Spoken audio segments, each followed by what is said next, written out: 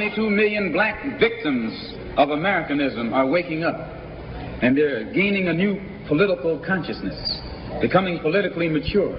And as they develop this political maturity, they're able to see the recent trends in these political elections.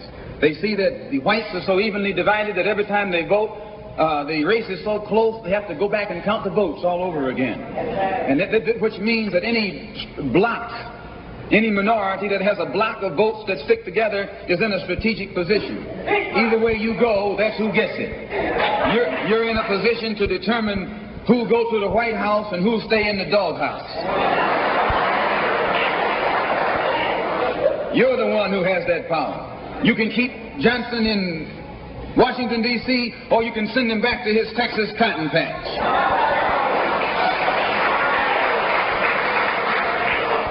You're the one who sent Kennedy to Washington.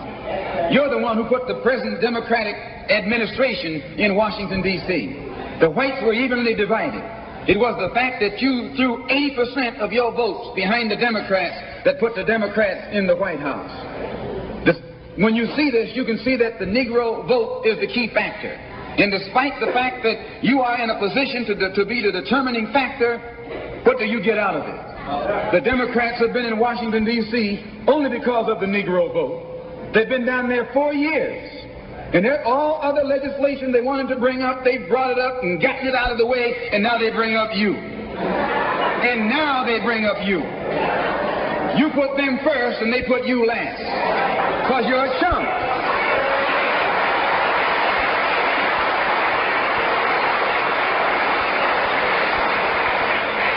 A political chump.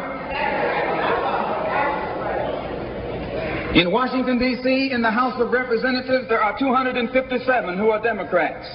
Only 177 are Republican. In the Senate, there are 67 Democrats. Only 33 are Republicans. The party that you back controls 2/3 of the House of Representatives and the Senate, and still they can't keep their promise to you, because you're a chump.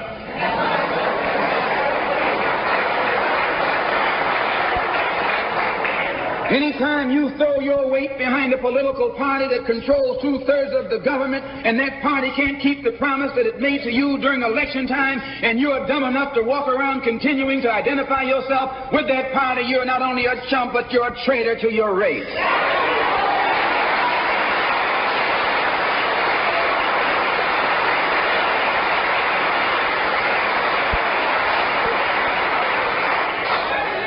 And what kind of alibi do they come up with?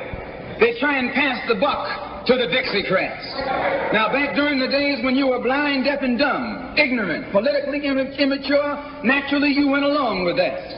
But today, as your eyes come open and you develop political maturity, you're able to see and think for yourself. And you can see that a Dixiecrat is nothing but a Democrat in disguise. You look at the structure of the government that controls this country. It's controlled by 16 senatorial committees and 20 congressional committees. Of the 16 senatorial committees that run the government, 10 of them are in the hands of Southern segregationists. Of the 20 congressional committees that run the government, 12 of them are in the hands of Southern segregationists. And they're going to tell you and me that the South lost the war.